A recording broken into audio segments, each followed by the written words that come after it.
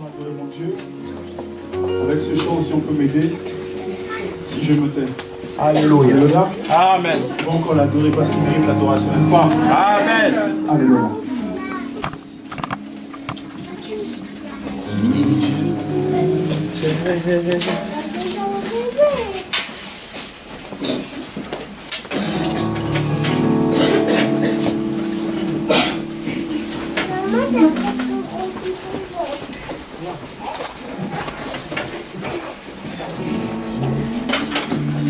Seigneur mon Dieu, nous te bénissons éternel devant nous. T'adorons Seigneur mon Dieu, mon rappel. Nous voulons encore apprendre à nous faire, Seigneur mon Dieu, mon rappel de gloire. Afin de pouvoir écouter, Seigneur mon Dieu, ta voix, Seigneur mon Dieu, mon rappel de gloire. Notre Dieu, car c'est un Dieu qui parle tantôt d'une manière, tantôt d'une autre. Et nous voulons vraiment, Seigneur, écouter la voix du bon berger que tu es, Seigneur notre Dieu. Nous voici encore devant toi, Père Saint, pour nous recommander entre tes mains, toi qui es le bon berger. Où j'apprendrai à écouter la voix du bon berger quand je l'entends. Oh, je comprends qu'il a payé pour ma liberté. Quand je t'ouvre mon cœur, je te vois, Seigneur. Quand je t'ouvre mon cœur, je t'entends me parler. Et ta voix dans mon cœur toujours demeure. Et ta vie à chaque heure coule comme un torrent. Si je me tais, j'apprendrai à écouter la voix du bon berger quand je l'entends. Je comprends qu'il a payé pour ma liberté. Quand je t'ouvre mon cœur, je te vois, Seigneur. Quand je t'ouvre mon cœur, je t'entends me parler. Et ta voix dans mon cœur toujours demeure. Et ta vie à chaque heure coule comme un torrent.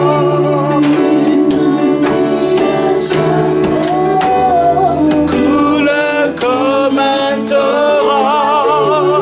Et ta vie à chaque heure coule comme un torrent. Et ta vie à chaque heure coule comme un torrent.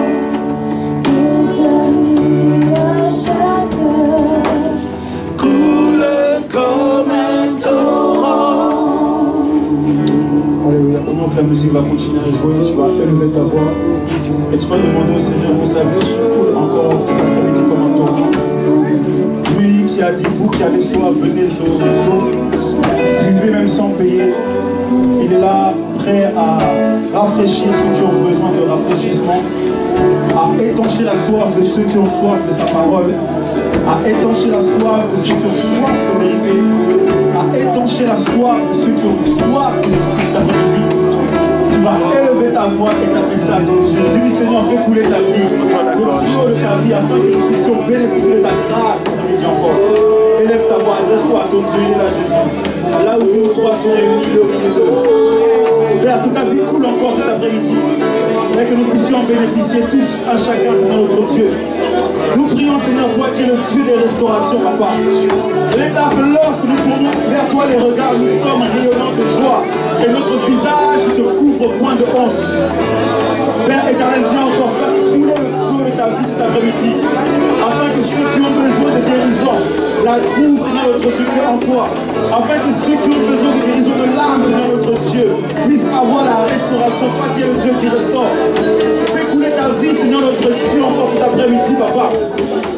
Car s'il n'y a pas la vie, Seigneur, notre réunion est vaine. Mais tu es la vie, Seigneur notre Dieu. Tu es la vie, le roi de gloire. Tu es la vie, Seigneur notre Dieu. Et nous avons besoin de toi, oh Jésus. Nous avons besoin de cette vie, Seigneur notre Dieu. Nous avons besoin que la vie coule, Seigneur notre Dieu, Papa. Comme l'eau la plus pure, Seigneur Jésus de Nazareth. Comme l'eau la plus pure, éternel notre Dieu. Fais couler cette vie encore cet après-midi. Que nos cœurs soient disposés, Seigneur notre Dieu, à recevoir de toi. Alléluia. Merci pour cette magnifique présence, pour cette belle onction que tu réponds encore cet après-midi. Toi qui es le Dieu qui agit, je crois, Seigneur mon Dieu, mon roi, par cœur. Celui qui est venu à toi, Seigneur notre Dieu, ne partira pas comme il est venu cet après-midi. Alléluia. Parce que tu es fidèle à ta parole.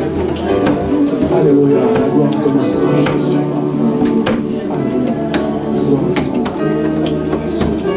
Alléluia. La gloire commence à Alléluia. Tu es mon Dieu. Tu es mon Dieu. Tu es mon Dieu. Tu es mon Dieu. Tu es mon Dieu. Tu es mon Dieu. Tu es mon Dieu. Tu es mon Dieu. Tu es ma force. Tu es ma force. Tu es ma force. Tu es ma force. Tu es ma force. Tu es ma force. Dis-lui que tu es ta force encore. Tu es ma force. Tu es ma force. Tu es ma paix. Tu es ma paix. Tu es Alléluia. Tu es ma paix. Tu es ma paix. Tu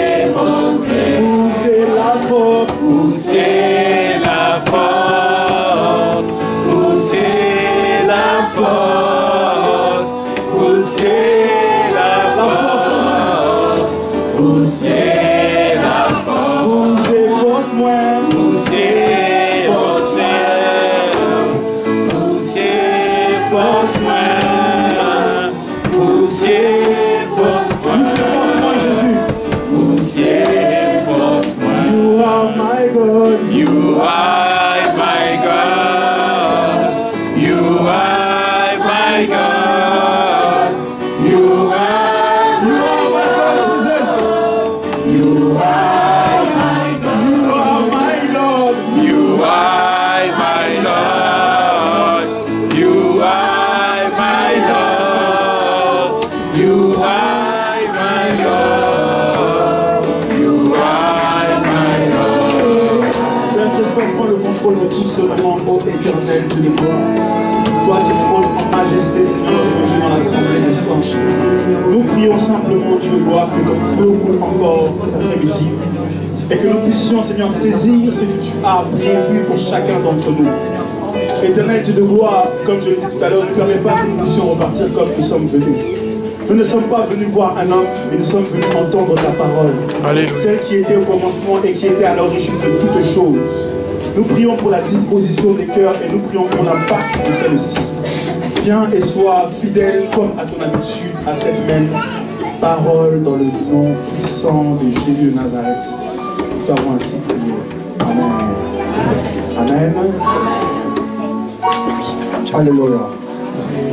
Je vous salue tous dans le doux et précieux nom de Jésus. Ce nom si merveilleux qui permet que nous puissions encore nous retrouver cet après-midi pour partager sa parole. Et sans plus attendre, nous allons aller dans la parole. Je ne serai pas bien long cet après-midi, afin que nous puissions aussi laisser la place à la prière, parce que la parole est très importante, bien sûr, mais elle est encore plus quand elle est en action, c'est-à-dire quand elle produit des choses. Alléluia. Parce que Paul dira que ma prédication ne repose pas sur les discours persuasifs de la sagesse humaine, mais sur la puissance de Dieu, la puissance de la parole et bien évidemment la puissance de la résurrection. Et nous croyons que quand la parole est prêchée par l'Esprit, elle produit des choses. Alléluia. Mes amis, ce n'est pas un rituel, ce n'est pas une habitude que nous devons prendre de venir écouter la parole par habitude. Non. Dieu n'est pas un Dieu de routine. Alléluia. Et ce Dieu-là peut te surprendre. Alléluia. Il y avait une femme, notamment dans Jean 4, qui avait l'habitude d'aller puiser de l'eau dans un puits. Et comme à son habitude, elle partait puiser de l'eau, mais elle ne savait pas que ce moment-là, Jésus avait déterminé ce moment-là justement pour la visiter. Et Jésus va complètement changer son habitude. Au point que la parole dit que en quittant Christ, elle va laisser là sa cruche. Une chose que je pense qu'elle n'avait pas l'habitude de faire. Alléluia. Tout ça pour te dire que quand tu viens écouter la parole, attends-toi à Dieu. La Bible dit dans le livre d'Apocalypse qu'il est semblable à une pierre de jaspe. Vous savez, une pierre de jaspe, c'est une pierre précieuse. Quand vous la tournez, elle change toujours de couleur. Tout ça pour nous dire que Christ a plusieurs facettes. Il peut se révéler à toi comme un lion, il peut se révéler à toi comme un agneau, il peut se révéler à toi comme un homme, il peut se révéler à toi comme un aigle. Donc ne prends pas simplement une habitude ou bien une routine de venir écouter la parole. À chaque fois que tu viens dans sa présence, attends-toi à quelque chose de nouveau. Parce qu'il est le Dieu du renouveau, mes amis. Alléluia. Nous allons prendre sa parole dans le livre de Marc 8. Matthieu 8 plutôt, excusez-moi. Matthieu 8. Il est Dieu, ce Jésus, n'est-ce pas?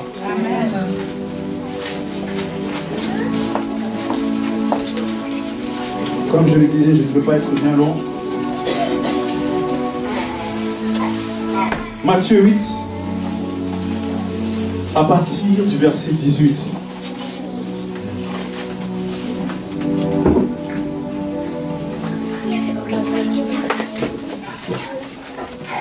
La parole dit, Jésus, voyant une grande foule autour de lui, donna l'ordre de passer sur l'autre bord. Jésus, voyant une grande foule autour de lui, donna l'ordre de passer sur l'autre bord. J'aimerais que nous puissions partager sur ça cet après-midi. Les deux bords de la vie chrétienne. Alléluia. Les deux bords de la vie chrétienne. Et j'aimerais qu'à la solde de cet enseignement, tu puisses te situer. Sur quel bord te situes-tu? Alléluia. Nous prenons Matthieu 24 maintenant. Directement. Et on va revenir sur Matthieu 8, qui va être un texte de base.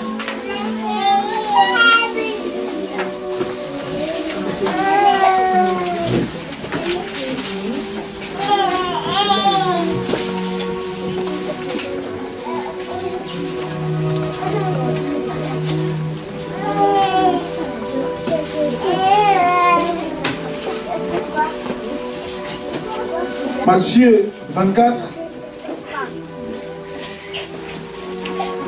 À partir du verset 4, la parole déclare: Jésus leur répondit, prenez garde que personne ne vous séduise. Car plusieurs viendront sous mon nom disant, c'est moi qui suis le Christ, et ils séduiront beaucoup de gens. Vous entendez parler de guerre et de bruit de guerre. Gardez-vous d'être troublés, car il faut que ces choses arrivent. Mais ce ne sera pas encore la fin. Une nation s'élèvera contre une autre nation, et un royaume contre un autre royaume. Et il y aura en divers lieux des famines et des tremblements de terre. Tout cela ne sera que le commencement des douleurs. Alors, on vous livrera au tourment, et l'on vous fera mourir, et vous serez haïs de toutes les nations à cause de mon nom. Alors aussi, plusieurs succomberont, et ils se trahiront, se haïront les uns les autres. Plusieurs faux prophètes s'élèveront, et ils séduiront beaucoup de gens. Et parce que l'iniquité se sera accrue, l'amour du plus grand nombre se refroidira. Mais celui qui persévérera jusqu'à la fin sera sauvé. Celui qui persévérera jusqu'à la fin sera sauvé. Alléluia. Amen. Ici, Jésus prophétise des temps critiques et chaotiques. À la fin, du moins, de cette prophétie, qui annonce l'accumulation de beaucoup de mauvaises choses, il va finir ainsi, du moins, ce point de discours, en expliquant que le chrétien qui va persévérer jusqu'à la fin sera celui qui sera sauvé. Alléluia. Amen. Amen. Mes amis, à chaque fois que l'on utilise le mot persévérance, ça indique qu'il y a forcément un combat. Moi, j'aime décrire comme ça le mot persévérer. Persévérer, c'est percer pour voir quelque chose. Percer pour voir quelque chose. Percer quoi? Eh bien, percer une adversité. Percer un mur qui se présente devant toi. Percer des obstacles qui vont se présenter devant toi. Percer une adversité qui va se présenter devant toi. Jésus est clair. Il dit, celui qui persévérera jusqu'à la fin sera sauvé. Alors, ça indique qu'un enfant de Dieu qui va voir le salut sera forcément combattu. Est-ce que vous me comprenez? Un enfant de Dieu qui veut voir la gloire de Dieu, qui veut voir la manifestation de Dieu dans sa vie, sera forcément combattu. Le combat, c'est sa destinée, frère. Nous sommes dans le livre de Colossiens.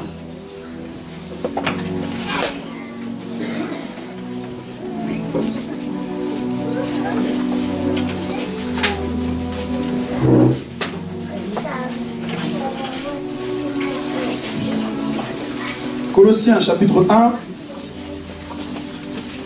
à partir du verset 12, je lis. La parole dit, rendez grâce au Père qui vous a rendu capable d'avoir part à l'héritage des saints dans la lumière. Et il nous a délivrés de la puissance des ténèbres et nous a transportés dans le royaume de son Fils bien-aimé. La parole dit que un enfant de Dieu qui a reçu Jésus, qui a accepté Jésus, a subi un transport. Alléluia. Amen. A subi un transport. Dis avec moi, un transport. Jésus t'a transporté du royaume des ténèbres, le royaume de Satan, le royaume de l'ennemi, le royaume de la confusion, et t'a apporté, ou bien du moins t'a amené, t'a transporté dans le royaume de lumière. Alors, il est évident qu'il y a l'existence de deux royaumes. Le royaume des ténèbres, qui s'oppose en tout et pour tout au royaume de la lumière. Tu étais membre d'un royaume avant de connaître Jésus. Et ce même Jésus t'a pris et t'a introduit dans son royaume à lui. Et ces deux royaumes, depuis que le monde est monde, précisément Genèse 3,15, s'opposent, sont en guerre. Genèse 3,15, Dieu donne la prophétie à Ève que le serpent n'allait pas du tout être son ami, ni l'ami de sa postérité, n'est-ce pas? Depuis le commencement du monde, il y a une guerre entre les ténèbres et la lumière. Quand tu étais dans les ténèbres n'avaient pas de raison de t'attaquer. Alléluia. Amen. Si ce n'est qu'il prévoyait qu'un jour tu étais susceptible de devenir un enfant de Dieu, alors il te posait des problèmes pour pas que tu y arrives. Alléluia. Parce qu'il voyait ton étoile. Comme les mages, les sorciers ont vu l'étoile de Jésus. N'est-ce pas? Dieu t'a pris et t'a amené dans le royaume de lumière. Mes amis, rien qu'en acceptant Jésus, tu as déclaré la guerre aux ténèbres. Amen. Rien qu'en recevant Jésus dans ta vie, rien qu'en te positionnant comme un enfant de Dieu, tu as déclaré la guerre au royaume des ténèbres. À Satan et à toute son armée. À Satan et à toute sa horde de démons. C'est là où il est important de connaître le principe de la persévérance. Parce qu'en acceptant Jésus-Christ, tu t'es mis dans un combat, mon frère. En acceptant, en recevant le roi de gloire dans ta vie, tu t'es mis dans un combat. Chaque jour de ta vie devient un combat. Alléluia. Amen. Chaque jour de ta vie, tu seras confronté à des épreuves, confronté à une adversité, confronté à des soucis auxquels il te faudra faire face pour arriver au bout de la course. Jésus dira donc, celui qui va persévérer jusqu'à la fin est celui qui sera sauvé. Qui veut être sauvé parmi nous cet après-midi? Mes amis, qui croit que le salut est gratuit? Qui croit que le salut est gratuit? Qui croit que le salut est payant? Jésus a payé le prix. Ok. Qui croit que le salut est payant? Alléluia. Livre de 1 Pierre. 1 Pierre, chapitre 1.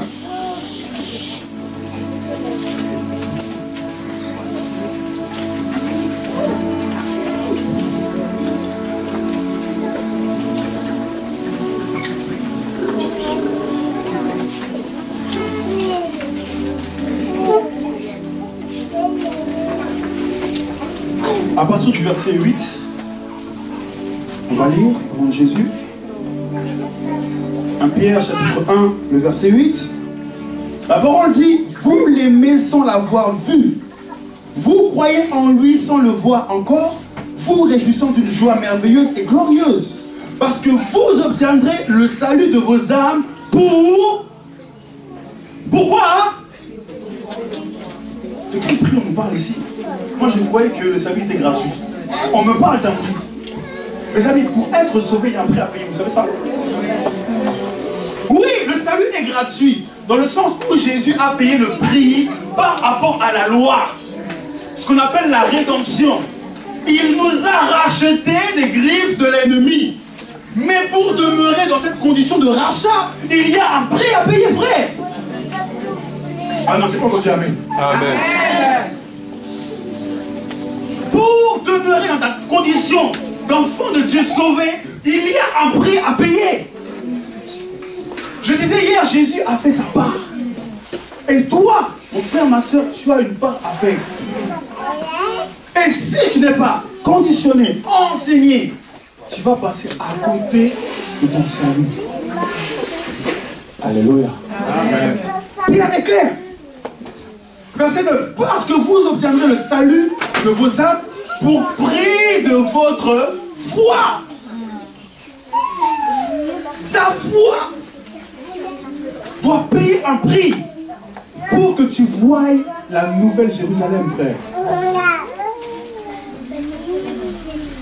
Ta foi doit payer un prix pour que tu puisses voir la gloire de Dieu, pour que tu puisses voir la délivrance de ta famille, pour que tu puisses voir la délivrance de ton frère, de ta soeur, de ton mari, de ton enfant. Il y a un prix à payer, frère. Ne croyez pas que la vie chrétienne, c'est une, comme on dit, une sinécure, c'est-à-dire un long fleuve tranquille. Mes amis, il y a un prix à payer. Dis avec moi, il y a un prix à payer. Il y a un prix à payer. C'est là maintenant nous sommes dans Matthieu 8, où nous étions. Pour prendre conscience de la réalité de ce qui est vraiment la vie chrétienne. Parce que nous, dans le système, on nous avait menti. On vient à Jésus, c'est la fête. Viens à Jésus, tu auras une grosse maison. Viens à Jésus, tu auras une belle voiture. Viens à Jésus, tes affaires vont prospérer. Alléluia. Toutes ces choses peuvent arriver si c'est dans sa volonté. Matthieu 8, nous reprenons le verset 18. La parole dit donc, Matthieu 8, 18, Jésus, voyant une grande foule autour de lui, donna l'ordre de passer sur l'autre bord. Je disais que nous allions partager sur les deux bords de la vie chrétienne. On a souvent, je peux dire, coutume de chanter ce chant.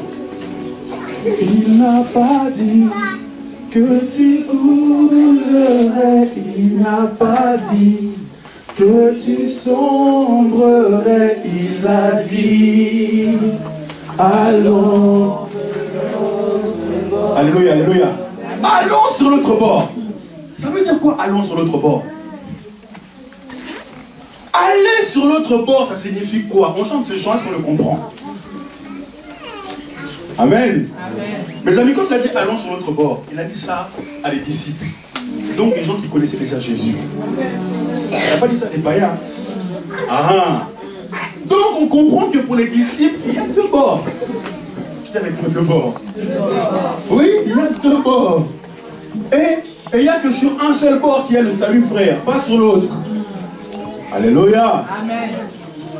Nous voyons Jésus dire à ses disciples, passons sur l'autre bord. Dans le verset 19, un scribe s'approcha et lui dit, Maître, je te suivrai partout où tu iras. Jésus lui répondit, les renards ont des tanières et les oiseaux du ciel ont des nids. Mais le Fils de l'homme n'a pas un lieu où reposer sa tête. Un autre dans les disciples lui dit, Seigneur, permets-moi d'aller d'abord ensevelir mon frère. Mais Jésus répondit, suis-moi et laisse les morts ensevelir leurs morts. Jésus était sur le point de passer sur l'autre bord. Deux disciples vont s'approcher de lui et les deux vont être recalés. Alléluia. Amen. Le premier vient voir Jésus et lui dit, je vais te suivre partout où tu vas aller. Jésus lui fait comprendre, dans l'autre bord là où on va aller, tu ne pourras pas aller. Parce que là-bas, il n'y a pas le confort. Alléluia. Amen. Là-bas, il n'y a pas le confort. Les oiseaux du ciel ont des nids, les renards ont des tanières, mais le Fils de l'homme n'a pas un endroit où poser sa tête. Si tu me suis sur l'autre bord, est-ce que tu vas pouvoir supporter ça? On vient à Jésus et on pense qu'en venant à lui, c'est pour gagner une vie confortable. Mais Dieu peut permettre que tu n'aies pas le confort. Est-ce que tu vas venir? Amen. Alléluia. Amen. Les amis, l'autre bord, c'est pour ceux qui sont prêts à accepter toutes les conditions par lesquelles ils peuvent passer en suivant Jésus.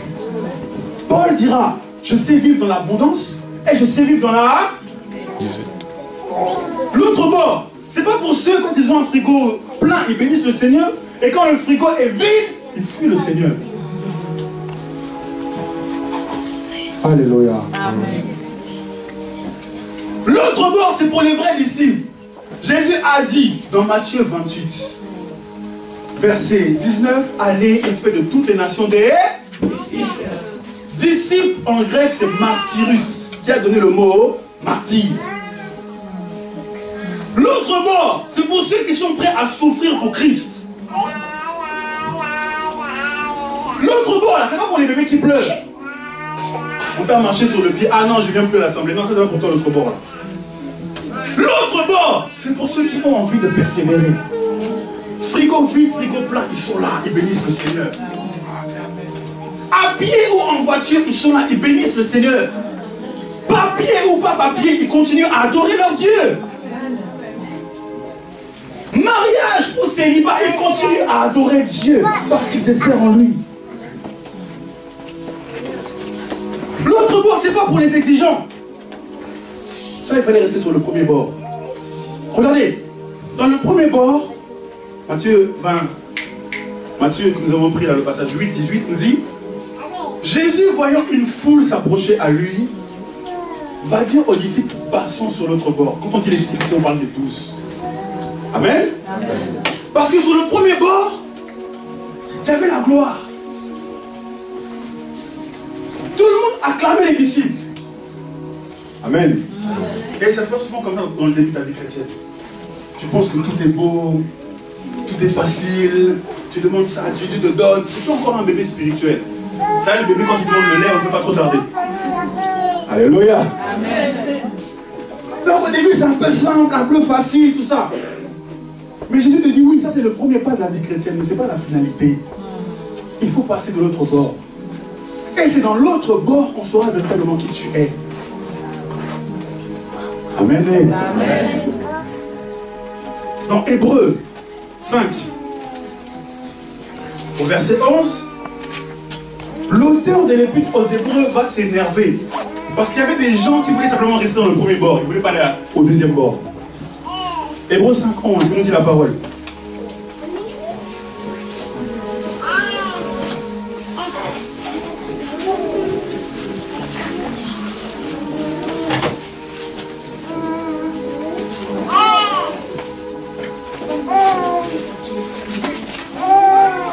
Hébreux 5, le verset 11, la parole dit, nous avons beaucoup à dire là-dessus, des choses difficiles à expliquer, parce que vous êtes devenus lents à comprendre. Vous, en effet, qui depuis longtemps deviez être des maîtres, vous avez encore besoin qu'on vous enseigne les principes élémentaires des oracles de Dieu. Vous en êtes venus à avoir besoin de lait et non d'une nourriture solide. Or, quiconque en est au lait n'a pas l'expérience de la parole de justice car il est un enfant. Le premier bord, c'est le bord des enfants. Alléluia. Et Jean 1, verset 12, 13 nous dit à celui qui l'a reçu, il leur a donné le pouvoir de devenir. Quand tu arrives à Christ, tu te mets d'abord sur le premier bord, le bord des enfants. Quand tu as faim, tu dis ah Seigneur, il manque ça. Ah, tu donnes. Tu es encore un enfant. Et ici dans Hébreux 5:11, l'auteur va s'énerver. Il va dire aux Hébreux, ça fait longtemps que vous devriez être des maîtres. Ça fait longtemps, vous deviez être passé au deuxième stade, au deuxième bord. Mais vous voulez simplement rester au premier bord. C'est pas normal. Alléluia. Amen. Mon ami, si tu restes au premier bord, tu vas être inefficace dans l'œuvre de Dieu. Pourquoi? Parce qu'il est clair que ce sont les fils de Dieu qui sont conduits par l'Esprit de Dieu. Ce n'est pas les enfants, frère, c'est les fils. Il faut passer au deuxième stade. Il faut grandir avec le Seigneur. Le premier bord, on n'accepte pas la souffrance. On a été habitué au confort. Jésus va dire aux disciples, vous avez connu le premier bord. Vous voyez la multiplication des pains, tout le monde vous acclame. C'est bien, ça c'est une bonne chose. Mais la vie chrétienne ne s'arrête pas là. La vie chrétienne, il faut encore aller plus loin. On aime bien le premier bord. Quand on n'a pas encore des problèmes. On est chrétien, mais on n'a pas encore des problèmes. Ça, on aime bien ça. Mais Jésus nous dit d'aller plus loin. C'est ainsi que deux disciples vont venir se présenter devant Christ. Le premier va dire à Christ, je te suivrai partout. Jésus va regarder et dire, toi c'est pas possible. Vu comme tu aimes le confort, tu ne pourras pas me suivre là où je vais aller. Mon frère, ma soeur, si tu es encore attaché au confort et tu n'es pas prêt à laisser ça, quand il faut venir jeûner, ah toi tu penses vraiment non. Jeûner. Moi qui suis habitué matin, midi, soir à ma semoule, quel jeûne. Alléluia. Amen. Ah oui. Quand le frère nous dit faisons un effort pour se sacrifier par rapport à l'œuvre, toi tu penses encore à ton confort. Même sacrifier financièrement pour faire avancer cette œuvre, tu penses encore à ton confort. Mon ami, tu n'es pas prêt pour le deuxième bord, tu es encore un enfant. Alléluia. Aussi, tu ne peux pas suivre Christ partout où il va t'emmener. Tu ne pourras pas suivre Jésus partout où il va t'emmener. Parce que Jésus passe par le premier bord, mais il va aussi au deuxième bord. Toi, tu vas rester là, sur le rivage. Qui veut suivre Christ partout où il va l'emmener? Lève la main. Psaume 23 nous dit quoi? L'Éternel est mon berger, je ne manquerai rien. Il me fait reposer dans de verts et il me conduit près des eaux. Et il me conduit dans les sentiers de la premier bord. Tout ça là, c'est le premier bord. Regardez maintenant le deuxième bord. À cause de son nom. Quand je marche dans la vallée de l'ombre de... Deuxième bord. Toi, tu es prêt à aller là-bas?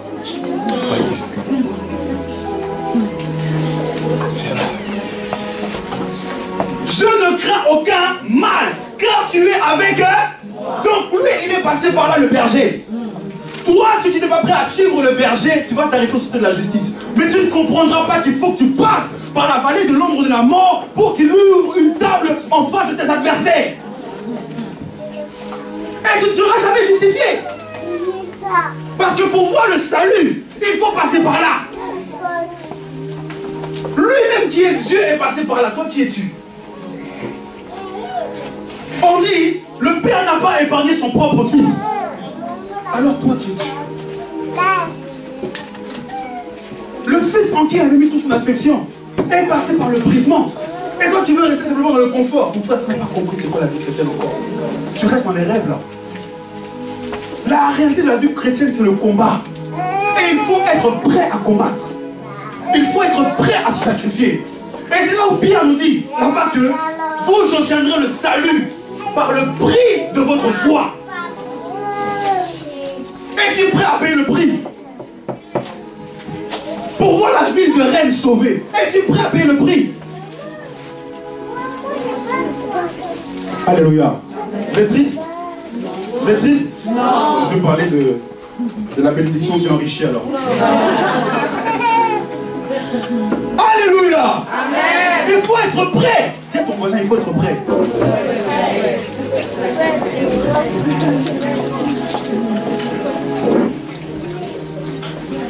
Matthieu 8, 18, on retourne. La première chose qu'il te faut abandonner si tu veux suivre Jésus, c'est l'esprit de confort.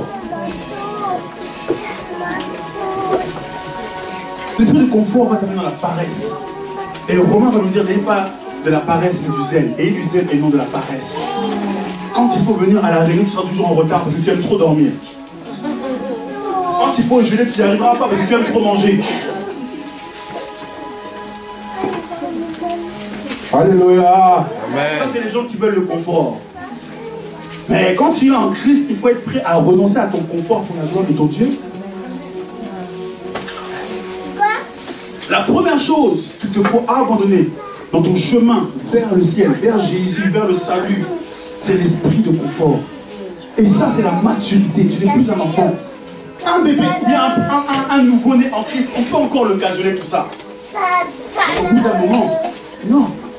Il faut passer à notre stade. Amen. Donc, dans Matthieu 8, 18,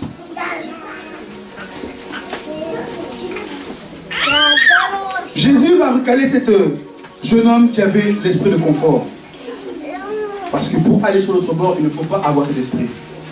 À partir du 27-21, on nous dit, un autre disciple d'entre les disciples lui dit, Seigneur, permets-moi d'abord d'aller ensevelir mon père.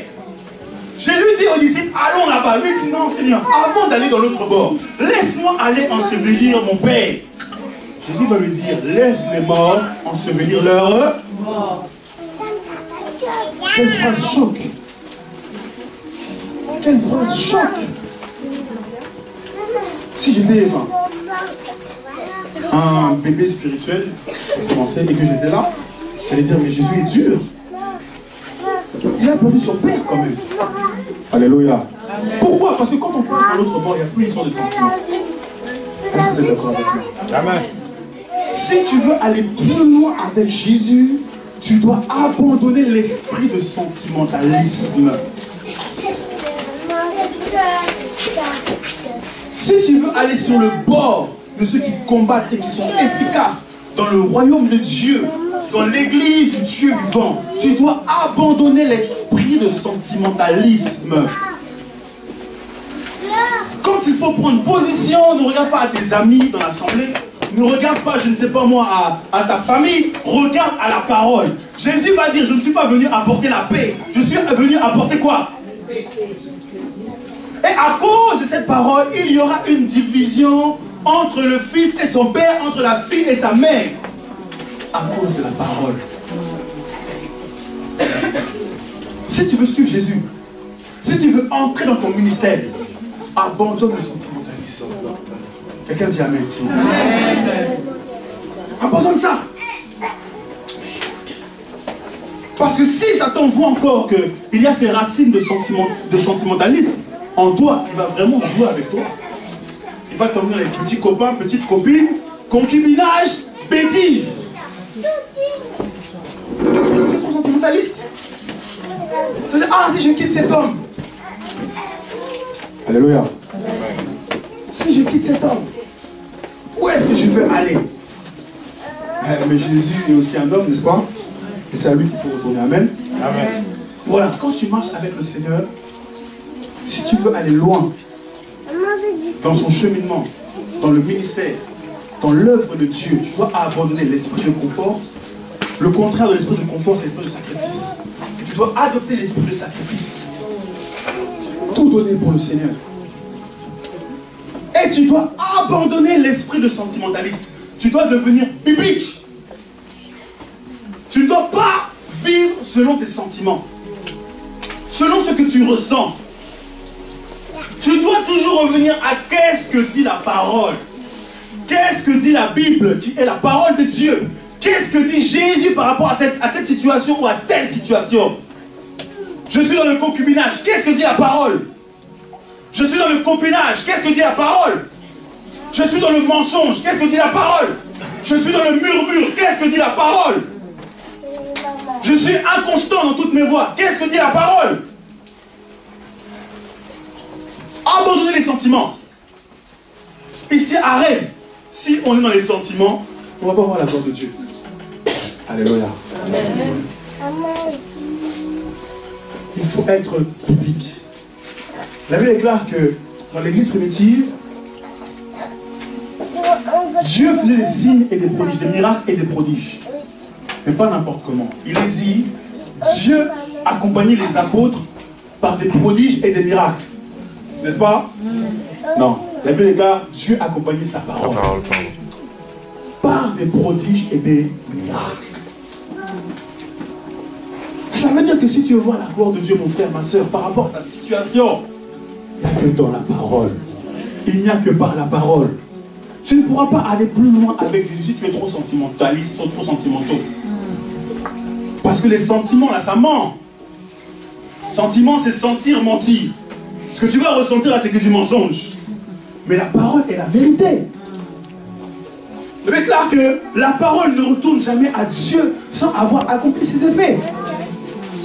La Bible dit dans Hébreux 4, verset 12, que cette parole est plus tranchante qu'une épée à double tranchant, pouvant séparer moelle et jointure, ce qui est de l'âme et ce qui est de l'esprit. Vous savez, la parole, ça sépare les sentiments de la volonté de Dieu. Si tu as une lutte avec tes sentiments, il faut aller à la parole. Parce que la parole sera comme une épée qui va faire la séparation. Alléluia. Amen. Qui veut aller loin avec Jésus? Dis à ton voisin, abandonne les sentiments. Abandonne les sentiments.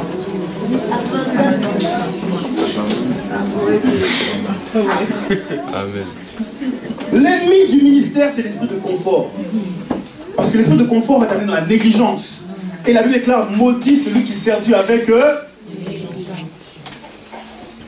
l'esprit de sentimentalisme. C'est aussi un ennemi. Nous sommes au verset 23 de Matthieu 8. La parole dit, il monta dans la barque et ses disciples le suivirent. Et voici, il s'éleva sur la mer une si grande tempête que la barque était couverte par les flots et lui, il dormait. Les disciples s'étant approchés le réveillèrent et dirent, Seigneur, sauve-nous, nous périssons. Il leur dit, pourquoi avez-vous peur, gens de peu de foi? Alors il se leva et menaça les vents et la mer, et il y eut un grand calme. Vous savez, ça c'est sur le chemin pour aller sur l'autre bord. Satan ne veut tellement pas que tu sois sur ce bord-là, qu'il va envoyer des tempêtes. C'est là où la parole déclare qu'il y a beaucoup d'appelés, mais il y a peu eux. Satan ne veut pas que tu sois efficace dans le ministère. Quand tu vas prendre la décision de dire non, j'abandonne les sentiments, J'abandonne telle situation qui me retient pour aller loin dans le Seigneur. J'abandonne tel péché qui me retient pour aller encore plus loin avec Jésus. Quand tu vas prendre cette décision-là, tu vas avoir l'impression que le monde s'écoule sur toi. Tu vas avoir l'impression que les combats vont se multiplier. Tu vas avoir l'impression qu'il y a une tempête qui va se lever contre toi et tu ne vas plus rien comprendre. Alléluia. Amen. Quand tu vas prendre la décision d'aller sur l'autre bord, Satan a tellement peur des gens qui vont sur l'autre bord. Des gens qui veulent s'engager avec Jésus. Tu vas avoir l'impression que les portes sont fermées. Tu vas avoir l'impression que la justice est contre toi. Tu vas avoir l'impression que ton mari qui ne prie pas est contre toi. Tu vas avoir l'impression que les problèmes vont se multiplier et Dieu permet cela. Dis avec moi, Dieu permet cela. Parce qu'il faut que Dieu t'éprouve. Il faut que Dieu teste ton engagement. Il dit dans Jean 7 au verset 33, vous aurez des tribulations dans le monde. Le Seigneur permet ces tribulations pour voir si ton engagement est sincère. Écoutez, Jésus, qui est venu sur la terre comme un homme, va lui-même connaître les deux bords. Alléluia. La Bible déclare que dans Luc 4 notamment, il va être baptisé par les mains de Jean-Baptiste, n'est-ce pas? Et normalement quand on est baptisé, vous savez, c'est vraiment l'engagement. Ça c'est l'engagement pour passer l'autre bord. Donc, vous qui êtes baptisé, si vous jouez avec votre engagement, c'est entre vous et le Seigneur. Alléluia. Normalement le baptême c'est ça. C'est s'engager pour le service. Quoi qu'il arrive, qu'il vente, qu'il neige, qu'il pleuve, ce n'est pas une raison pour abandonner. Amen. Et Jésus vient, il s'engage. Alors, directement, l'Esprit le conduit dans le désert. Quand tu vas prendre la décision de passer sur l'autre bord, l'Esprit lui-même va te conduire dans le désert. Et dans le désert, tu vas rencontrer qui? Le problème. L'ennemi. Parce qu'il faut que Dieu t'éprouve. Il faut que Dieu te teste. Il faut que Dieu teste ta persévérance. Il faut que Dieu teste ta foi. Il faut que Dieu teste ton engagement. La Bible déclare que la parole de Dieu, notamment dans Matthieu 13, tombe sur plusieurs terrains. Et il y en a un qui reçoit la parole, la semence de Dieu sur les épines et les ronces. Et Jésus va donner l'explication de cette parabole. Il dit, c'est celui qui reçoit la parole avec joie. Quand la parole est prêchée là, il est là, amen, amen, amen. Mais quand viennent les tribulations, il fuit. Alléluia. Amen. Quel type de chrétien es-tu? Celui qui est sur le premier bord ou celui qui est sur le deuxième bord? Le bord des soldats. Le bord de ceux qui ont tout abandonné pour suivre Jésus. Le bord de ceux qui se sont dépouillés. Alors, les disciples qui avaient choisi de suivre le Seigneur sur l'autre bord vont être confrontés à une tempête qui va se lever contre eux. À tel point qu'ils vont réveiller Jésus et lui dire, Seigneur, nous périssons. Ils avaient l'impression qu'ils étaient en train de mourir. Des fois, quand tu t'engages pour le Seigneur, si tu as l'impression que tu es en train de mourir, ne t'inquiète pas, frère. C'est normal. Ne crois pas que c'est la sorcellerie. Non! C'est le chemin par lequel le Seigneur nous fait passer. On a pris le psaume 23. Quand je passe par la vallée de l'ombre de la mort. Vous savez, l'ombre de la mort, c'est pas la mort. C'est simplement l'ombre. L'ombre, c'est pas toi. Ton ombre, c'est pas toi. C'est dans ton ombre, je vois pas tes yeux. Je ne sais pas de quelle couleur sont tes yeux. Alléluia. Je ne sais pas de quelle couleur sont tes vêtements. Ça ressemble à la mort. Mais ça n'est pas... Tu peux passer par un endroit qui ressemble à la mort. Tu peux être là, mon frère, ma soeur, dans un endroit qui ressemble à la mort. Mais si tu t'es engagé pour Jésus, laisse-moi te dire, tu ne mourras pas. Tu vivras et tu annonceras les merveilles de ton Dieu. Dis amen. Dis ton voisin, c'est simplement l'ombre. C'est simplement l'ombre. Problème de papier, c'est simplement l'ombre. Oh, problème, je ne sais pas moi, de mariage, c'est simplement l'ombre. Problème de couple, c'est simplement l'ombre. Oh, maladie. simplement l'ombre. Alléluia. Amen. Passons sur l'autre bord. Amen. Amen. Alors, les disciples vont réveiller Jésus. Et Jésus va leur dire, mais pourquoi avez-vous peur? C'était simplement l'ombre. Alléluia. Amen. Il va même leur dire, gens de peur, de foi. Quand tu passes sur l'autre bord, que tu es sur le chemin de passer à une autre étape de ta vie chrétienne, donc à l'étape, ce qu'on appelle l'étape du disciple accompli, ce que dira Luc 6 là-bas. Tout disciple accompli sera comme son maître. Il y a deux types de disciples. Il y a les disciples inaccomplis et il y a les disciples accomplis. Et Jésus veut que tu sois un disciple accompli. Pas un bébé frère. Alors, quand tu es sur ce chemin-là, Jésus veut que tu aies la foi. Jésus veut que tu aies la foi.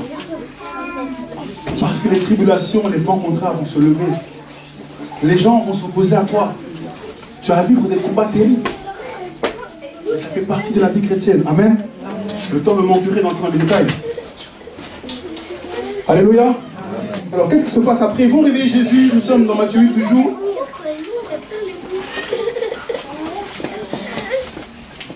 Le verset 28.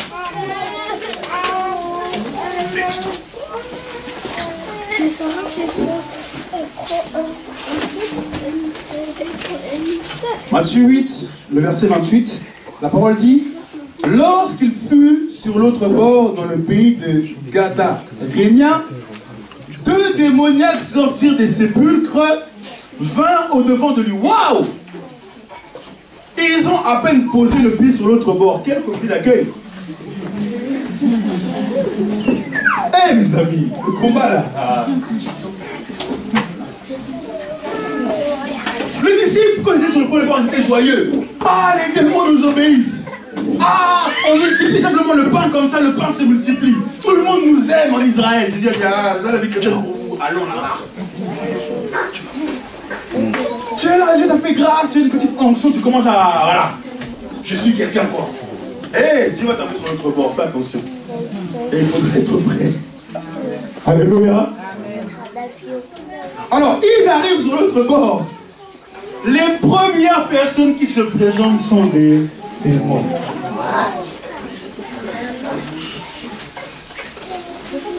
Ah oui, c'est toujours comme ça, frère. Alléluia. Voyez un peu comment Christ est passé de l'autre bord aussi, dans Luc 4.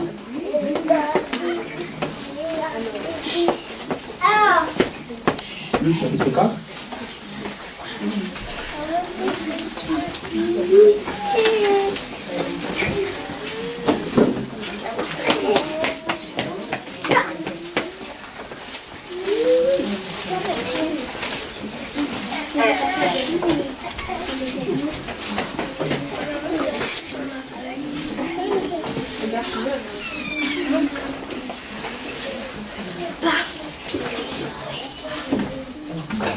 Luc chapitre 4, à partir du verset 13, la parole dit: après l'avoir tenté de toutes ces manières, le diable s'éloigne de lui jusqu'au moment favorable. Jésus, revêtu de la puissance de l'esprit. Vous savez, quand vous prenez le choix de passer d'un bord à l'autre, Dieu vous équipe. Alléluia. Quand vous faites le choix de passer d'un bord à l'autre, Dieu vous équipe. Il vous donne l'onction nécessaire pour rester dans le deuxième bord. Parce que là-bas, ça ne joue pas. Il y a les démons qui sortent vraiment des sépulcres. Il y a des combats terribles. Tu peux être visité la nuit comme ça. Alléluia. Alors, Dieu nous équipe. C'est pour ça qu'il ne faut pas être un peu heureux. La vie chrétienne, ce n'est pas pour les heureux. C'est pas pour ceux qui s'entendent démons et fuient. Nous, chez nous, les Africains, aiment tellement ça. Ah, un tel est démon. Tu n'as même pas vérifié, tu ne dis plus bonjour. Alléluia. Amen. Jésus, passant sur l'autre bord, déclare qu'il fut revêtu de l'esprit. Le manteau de l'esprit, le manteau de l'Église, c'est pour ceux qui sont prêts à combattre, pas pour les enfants. Amen. Il déclare: Jésus revêtu de l'esprit, retourné en Galilée, et sa renommée se répandit dans tout le pays d'alentour. Il enseignait dans la synagogue et il était glorifié par tous. Verset 16. Il se rendit à Nazareth où il avait été élevé selon sa coutume dans la synagogue le jour du sabbat. Il se leva pour faire la lecture. Je passe directement au verset 20. Ensuite, il roula le livre, le remit aux serviteurs assis. Tous ceux qui se trouvaient dans la synagogue avaient le regard fixé sur lui. Alors il commença à leur dire: aujourd'hui, cette parole de l'écriture que vous venez d'entendre est accomplie. Et tous lui rendaient témoignage. Ils s'étaient donné des paroles de grâce qui sortaient de la bouche et ils disaient: n'est-ce pas le fils de Joseph? Je passe directement au verset 27. Il y avait aussi plusieurs lépreux en Israël au temps d'Élisée, le prophète, et cependant aucun d'eux ne fut purifié si Naaman. Ils furent tous remplis de colère dans la synagogue lorsqu'ils entendirent ces choses.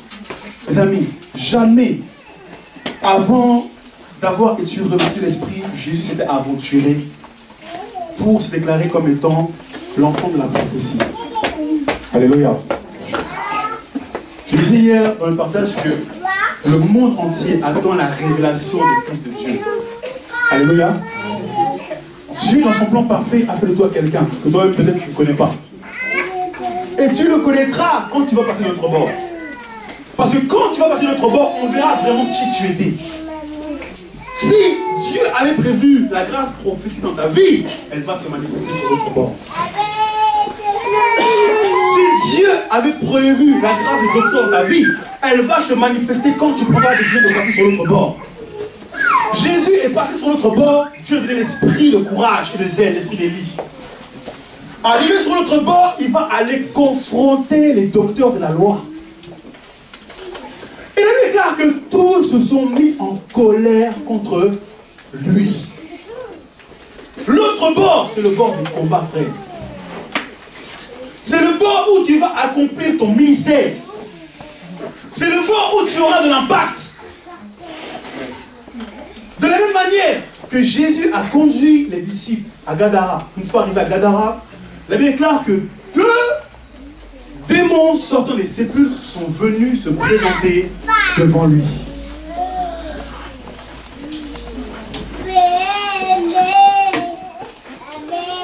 Une fois que les démons vont venir se présenter, Jésus va délivrer ces personnes. Alléluia. On y retourne, Matthieu 8. Qu'est-ce qui va se passer?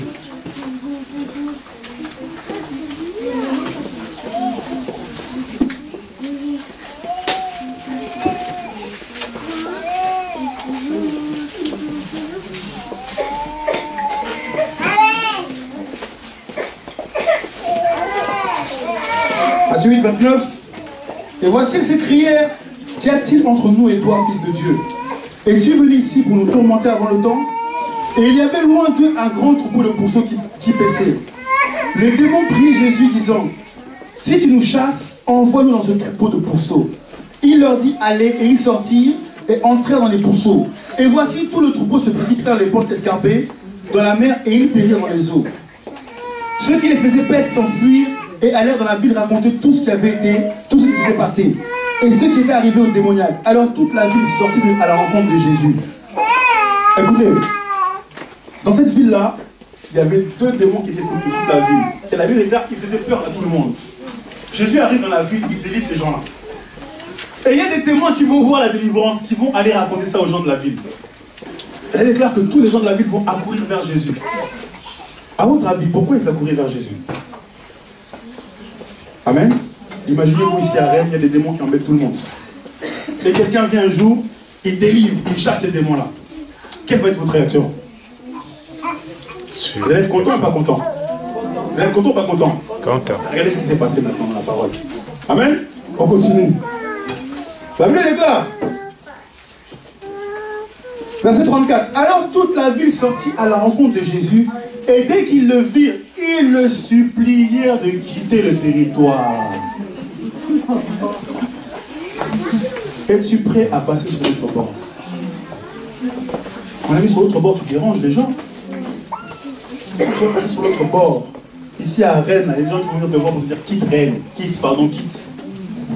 Frère Atas, on va te dire quitte Rennes. Alléluia. Tu nous déranges. Depuis que tu es arrivé avec ton évangile bizarre là. Tu nous déranges.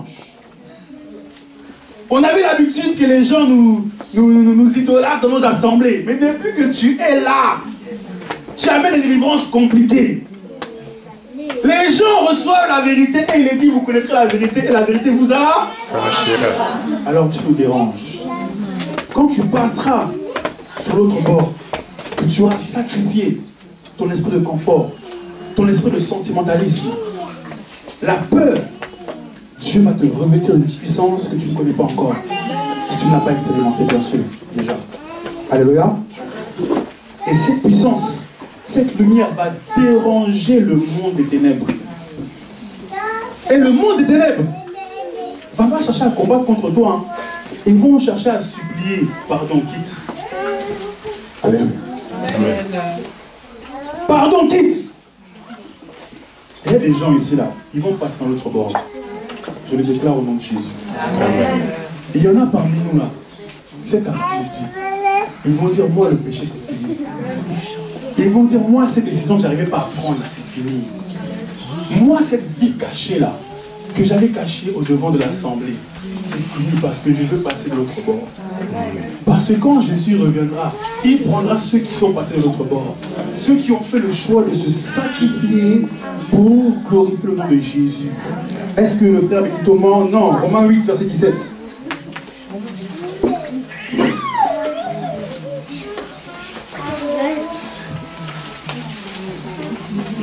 Romains 8, verset 17.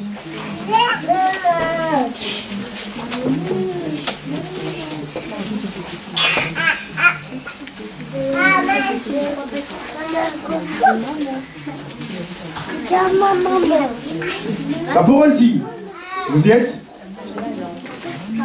Or, si nous sommes enfants, nous sommes aussi héritiers. Héritiers de Dieu et co-héritiers de Christ. Si toutefois, dis avec moi, si toutefois, nous souffrons avec eux. Frère, l'héritage de Dieu, c'est pour ceux qui souffrent avec lui. Paul dira à Timothée, souffre avec moi. Souffre avec moi.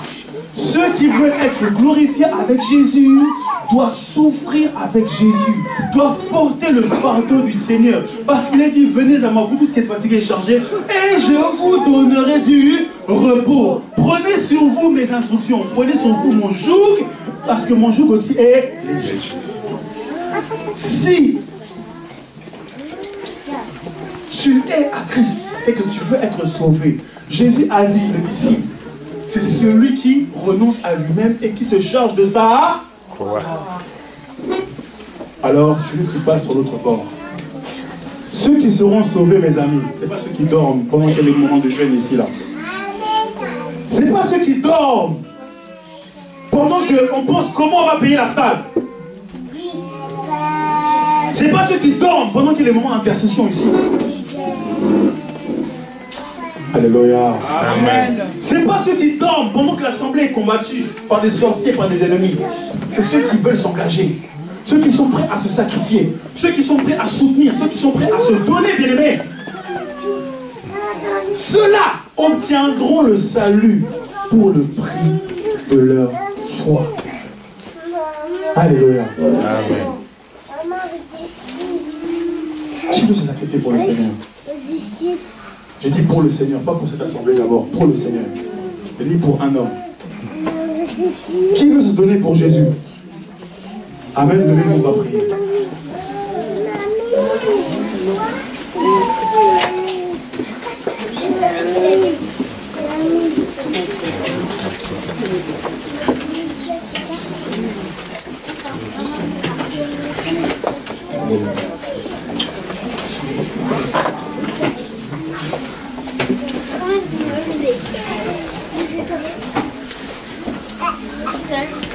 Si la mer se déchaîne, si le vent souffle fort, crois en Jésus qui t'aime, n'aie pas peur de la mort.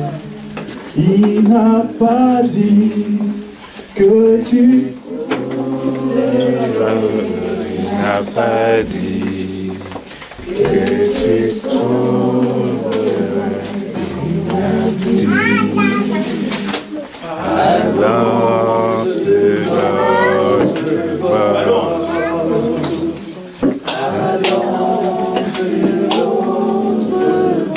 Il n'a pas dit. Il n'a pas dit que tu coulerais. Il n'a pas dit que tu sombrerais. Il a dit allons sur l'autre bord. Allons sur l'autre bord.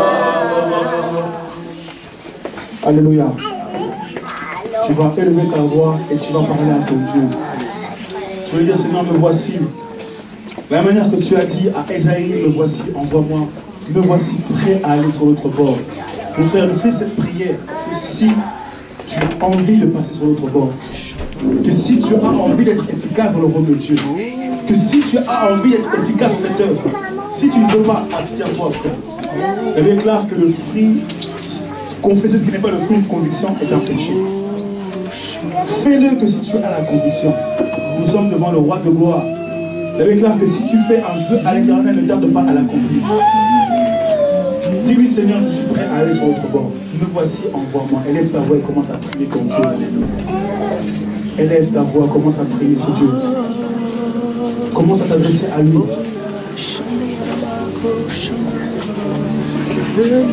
Ouvre ton cœur, ouvre-lui ton cœur, ouvre ta bouche, ouvre ta bouche. Ouvre ta bouche. Le Seigneur cherche des disciples. Le Seigneur cherche des martyrs. Le Seigneur cherche de ceux qui sont prêts à aller plus loin avec lui. Merci Seigneur pour cette belle onction ce soir. Merci pour cette belle présence éternelle de notre Dieu. Alléluia. Alléluia. Alléluia. Merci pour cette belle présence. Merci pour cette belle présence dans ce lieu. Merci pour cette belle présence. Merci pour cette belle présence dans ce lieu. Merci pour cette belle présence dans ce lieu. Merci pour cette belle présence. Il y a des personnes, il y a une personne dans ce lieu qui a l'impression d'être sur la barque. Et une tempête s'est levée devant lui. Il voulait s'engager pour Jésus. Il voulait aller plus loin dans le ministère. Mais il a un problème de finances. Il ne sait pas comment régler ce problème. Il a comme une sangle au cou. Il sent que si Dieu n'agit pas là, c'est fini. Il ne voit pas son avenir à cause de ses finances. Manifeste-toi, on va prier pour toi. Et il y a une autre personne qui n'en peut plus avec la maladie. Alléluia.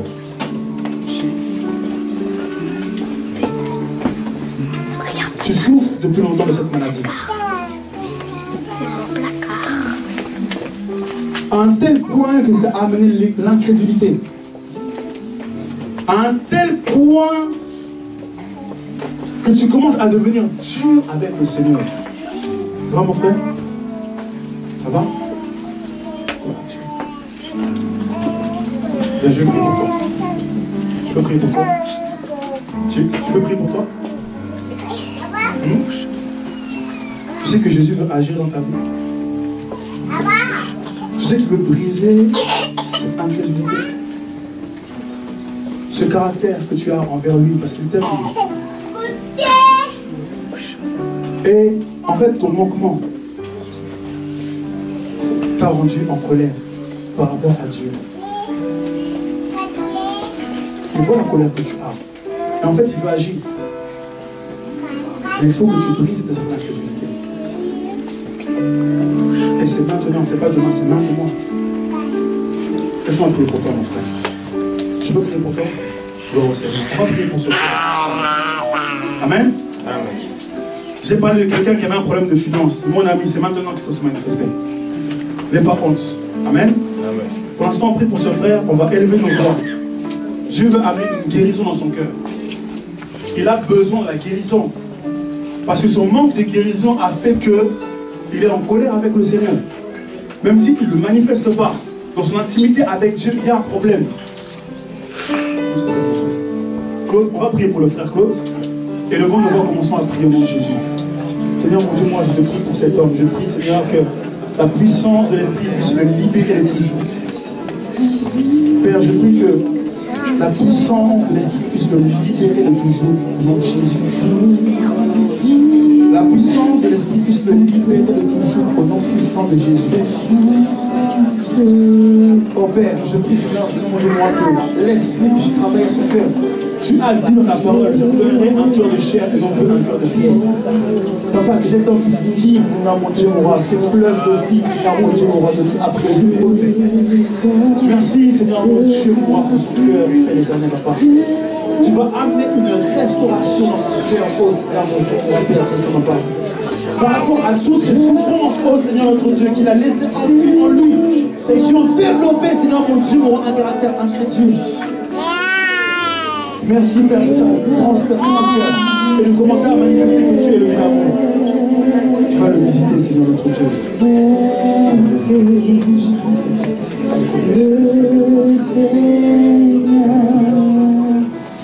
Le renfort, je m'appuie sur toi.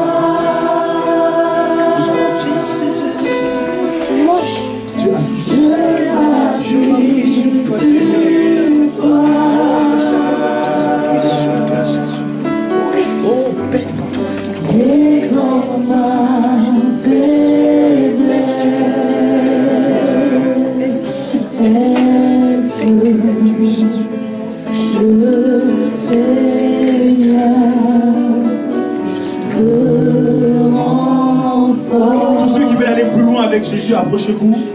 Tous ceux qui sont prêts à passer à l'autre bord.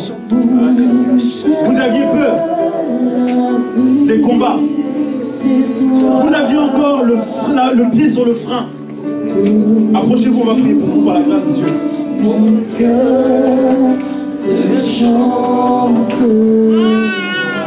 Pasteur Atta, si tu peux prier aussi.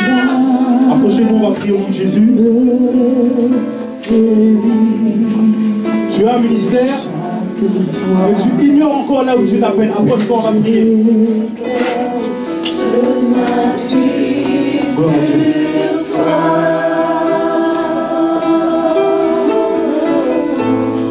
Je m'appuie sur toi.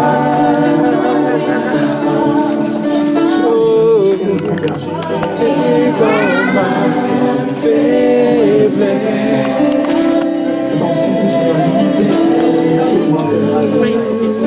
Ah, ok. Papa,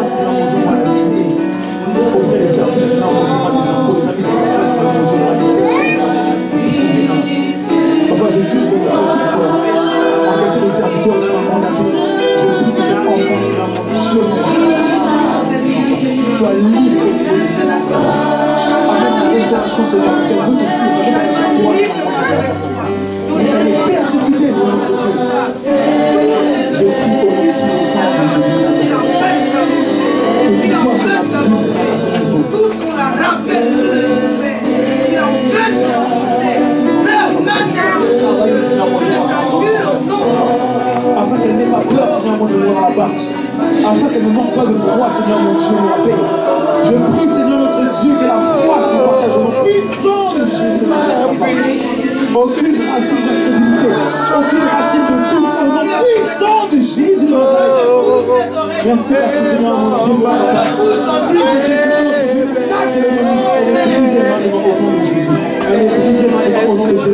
elle est brisée maintenant au nom de Jésus. Laisse-nous aucun pouvoir dans ce domaine de sa vie. Merci parce que tu vas aussi activer la grâce de son ministère et la visiter au nom de Jésus. Afin que tu témoignes ta gloire au nom puissant de Jésus. Au nom de Jésus. Au nom de Jésus.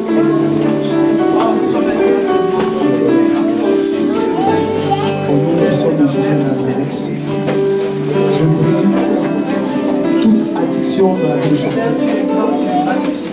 Je brise toute addiction dans la vie de Sophie. Ah, merci pour moi.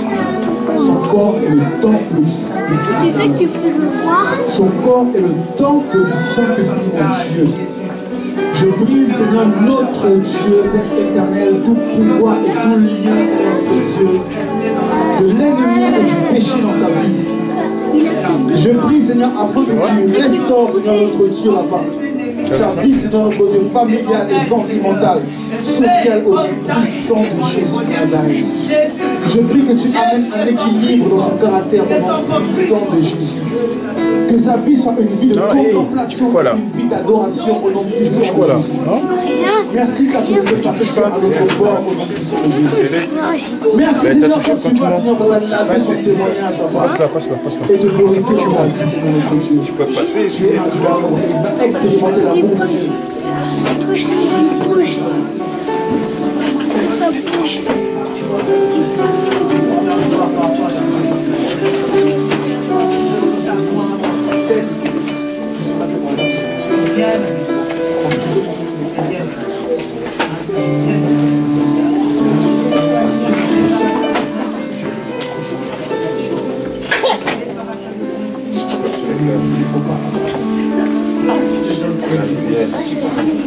La bruyère.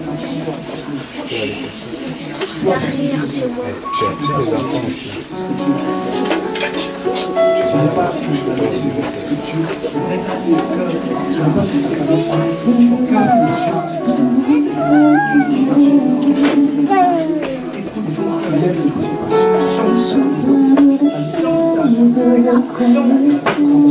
Change sa vie.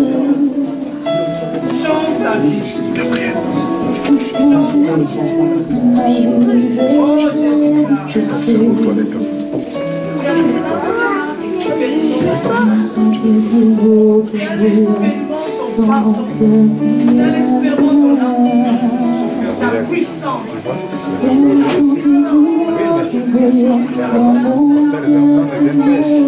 Tu vois, tous ces jeunes. Oui, si je donne les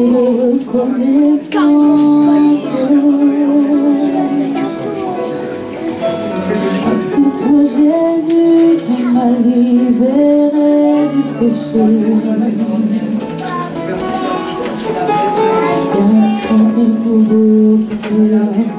Dans mon cœur, il y a des paroles de chants qui brûlent dans mon cœur, Seigneur. Et mon cœur de reconnaissance.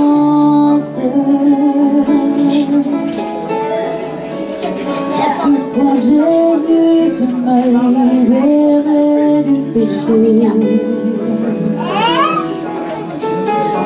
Un cantique nouveau qui brûle dans mon cœur, c'est mon cœur qui parle.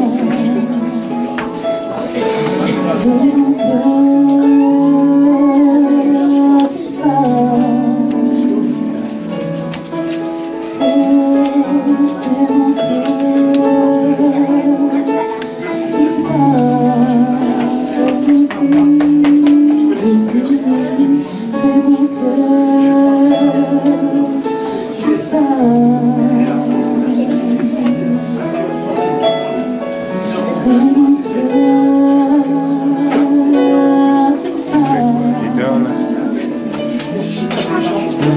Oui.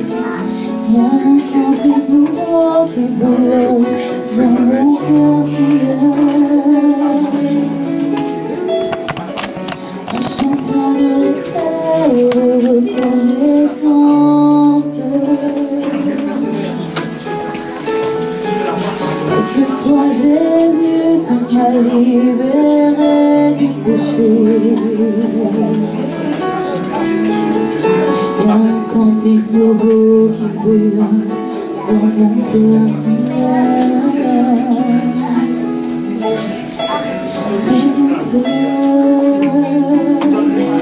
cœur qui parle.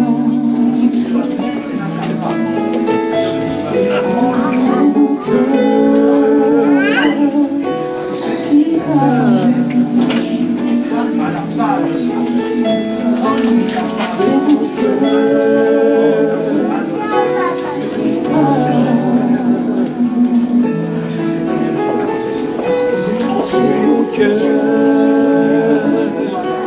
qui parle.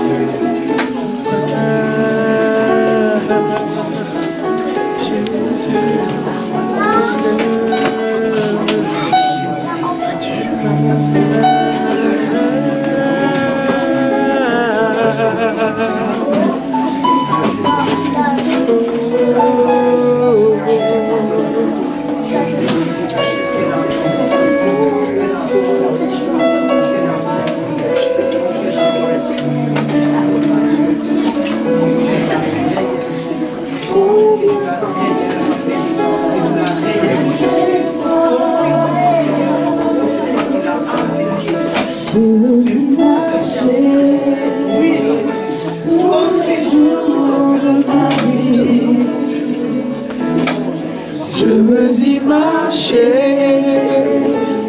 tous les jours de ma vie. Je veux y marcher tous les jours de ma vie. Je veux y marcher tous les jours de ma vie. Amen. Amen. Amen. Amen. Amen. Amen. Amen. Amen. Gloire à Jésus. Il ne fait pas froid. Hein? On est à l'intérieur. On a été bien chauffé. Ces 2 jours, on a été vraiment bénis. Amen. Amen. Et je crois que Dieu veut vraiment bien nous équiper, bien nous bénir pour faire le travail. Amen. Il y a un grand travail qui nous attend. Et vraiment, Dieu a besoin de toi. Il a besoin de toi. Comme on l'avait dit, il a besoin de Jean-Baptiste. Amen. Les gens, lui aussi, il avait tout abandonné pour aller dans le désert. C'est dans le désert où il se passe de bonnes choses. Là, croyez-moi, même si on vit dans le désert, c'est un peu l'image de, il n'y a pas de vie, mais il y a la vie. Il ne faut pas avoir peur des déserts. Amen. Tu as besoin des déserts. Si tu fuis le désert, tu ne vas jamais servir Jésus-Christ. Lui-même, la Bible dit, il est venu comme un homme pour être un modèle, un exemple pour nous. Même avant de commencer son ministère, il est parti dans le désert. C'est vrai que dans le désert, il y a des serpents, il y a tout. Et il y avait aussi la nourriture quand même là-bas. Amen. Ah. Donc si vraiment tu veux servir le Seigneur, on ne te ferme pas, on ne t'oblige pas, mais nous on sait pourquoi on le fait. Parce qu'on a déjà compris qu'on n'a plus de choix. On n'a plus de choix. Amen. C'est pas qu'on va seulement te demander de quitter Rennes. Même dans ta famille, on peut te demander de quitter ta famille. Hein. Parce que tu commences aussi à embêter les gens dans la famille. Tu vois, dans la famille, tout était en ordre. Mais dès que tu es venu dans cette famille-là, tu as amené soi-disant des ordres. C'est-à-dire, leur ordre est pour toi un désordre, ton ordre est leur désordre. Frère. Alléluia. Amen. Mais même devant Agrippa, on va aller. Amen. Même devant Festus, on va aller. Amen. Peut-être Agrippa sera persuadé de devenir chrétien. Mais frère, quand ils te disent, il ne faut pas comprendre, je dis toujours, même si, quand j'ai assisté, on dit que ici en France, il y a une commission d'éthique, je ne sais pas de quoi, qui traite, c'est eux qui définissent qui est secte et qui n'est pas secte. Est-ce que vous imaginez un peu? C'est des parlementaires, c'est des païens. Et quand un païen me dit qu'un témoin de Jéhovah, c'est une secte, je dis, mais qui t'a appris? Tu comprends un peu? C'est-à-dire, un païen dit que toi, tu es dans une vie de désordre. Non, si tu sais que tu n'es pas dans une vie de désordre, tu comprends bien que tu es en ordre et ton ordre commence à déranger. Non, nous on était habitués comme ça dans la maison. Non, nous c'est toujours comme ça, mais toi comment tu changes les choses? Tu dis c'est pas moi. Mais c'est celui qui est en moi, mais dit que là il y a les désordres. Ils étaient habitués à Jérusalem dans le temple à vendre, à changer. Mais quand cet homme est arrivé, est-ce que vous comprenez? Ce que personne ne voyait, c'était un désordre. Lui, il a vu que c'était un désordre. Il a commencé à mettre de l'ordre. Frère, ça lui a coûté la mort. Donc, si tu veux mourir, allons-y. Nous, on dit, nous, on n'a plus peur de la mort. On n'a plus peur de la mort. Parce que le jour de ma mort, il n'y a que lui qui connaît. Nous, on ne va jamais mourir. Est-ce que vous savez ça? Bon, moi, je ne vais jamais mourir. Moi, je suis immortel en Christ. Nous, la Bible dit, nous serons enlevés. Amen. Non, tu ne comprends pas. Amen. Tu crois que tu vas mourir. Si vous voyez mon corps allongé, ne pleurez pas. Ne pleurez pas, on est habitué à lui. Non. Brûlez ça si tu veux. Mais loue le Seigneur. C'est ce que je cherche. Que les jours que je vais quitter ce monde, que le mien soit dans la joie. Il dit cet homme, il a persévéré. Amen. Il a enduré la souffrance. Et surtout, si tu apprends, non, là, arrêtons, on a coupé la tête. Bénis le Seigneur. C'est sur un plateau, on attend ça. C'est qu'il a permis. Amen. Amen. La Bible dit dans Job, c'est lui qui tient la vie de tout homme entre ses mains. Et il y a combien plus forte raison, toi qui l'appartient, qui a son esprit, qui le sert.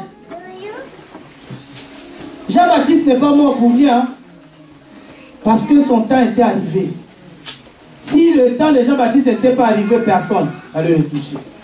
Quand ils sont venus arrêter Jésus, Jésus a dit, j'étais tout le temps avec vous. Tout le temps j'étais avec vous. Vous n'avez jamais réussi à mettre la main sur moi. Mais maintenant faites-le. Parce que le Père a permis. Si le Père ne permet pas, jamais on va te toucher. Amen. Amen. Donc il ne faut jamais avoir peur. Ils ont peur de toi. Ça tremble. Ça murmure, ça parle, ça crie. Amen.